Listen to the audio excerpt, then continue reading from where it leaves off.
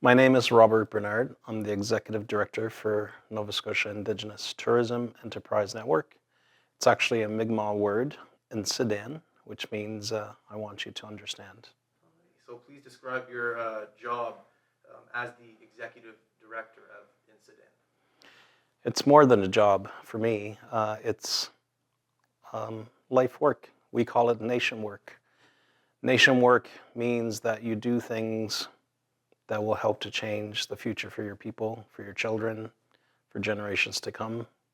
I collect a paycheck every 2 weeks, but that's just a thing about doing the job. But for me, it's way more than the paycheck at the end of the day.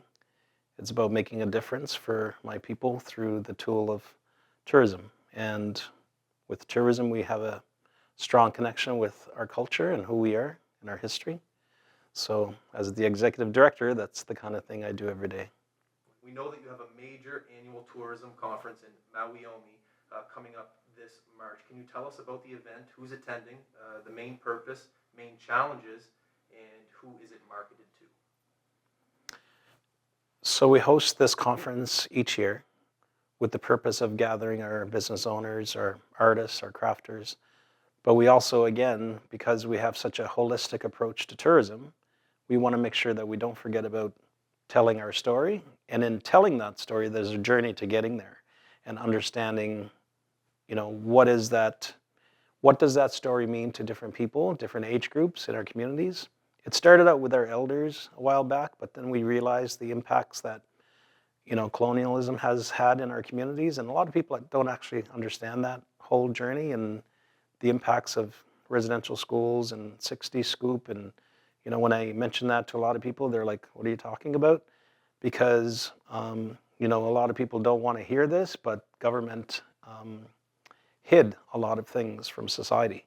So when society doesn't understand who we are, our place in our ancestral lands that have been unceded, which means we never gave them up, we never lost them to war.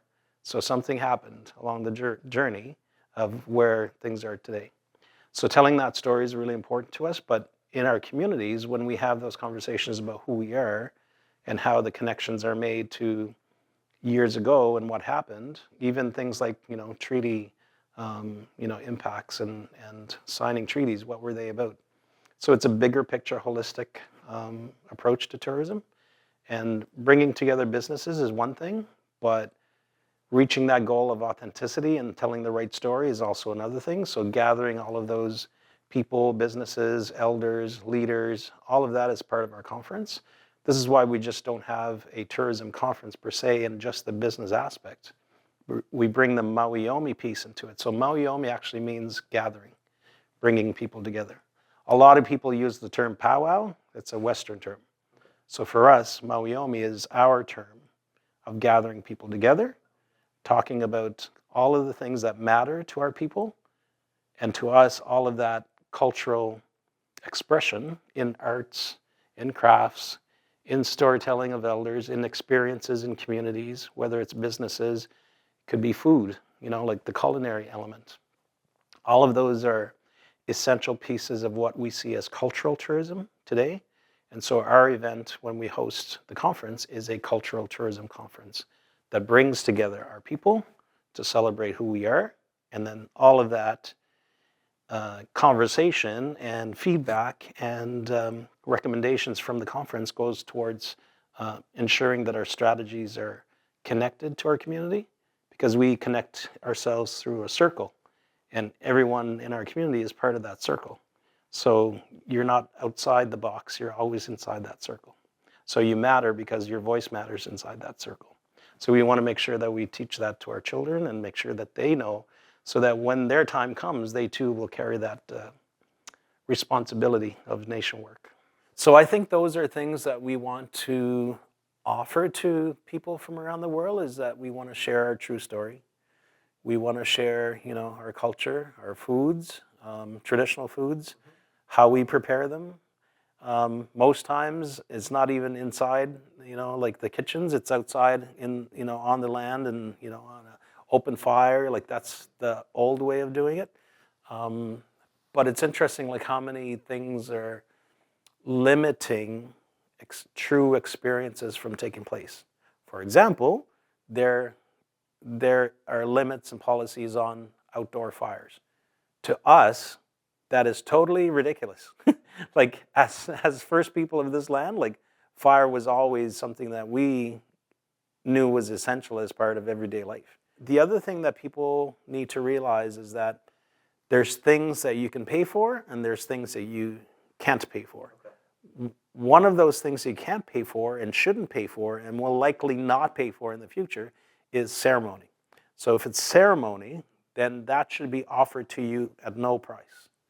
So when you're creating, and that's the interesting thing about creating these tourism packages, like, cost, $40 for this, this, or this. Well, if for our people, we cannot charge for ceremony. So ceremony has to be offered to anyone that's willing and wanting to participate in it, Okay. right? But you can build this package and then include a ceremony by inviting that person that's taking part in this package, but it's for free. So it's your choice to take part in that ceremony, right? That's how we're breaking it up in ways where we still respect our culture and there's still that business element, paying for that. So that's a very unique thing about our culture, that not everything's for sale. That's a really interesting, perspective. And I think there's, certain things around the world that, you just don't want to sell, right? So, but for us, it's like, it's open to you, but you don't need money to experience it. And because we see a huge spiritual element in you taking part in that, because that's part of our truest form of who we are. So you're going to really, it's a life-changing moment most of the times when you're taking part in ceremony. So that's open to everyone, and usually all age groups. So it's not characterized as you got to be this age to go through that. Ego igande ha ego gwandu dana he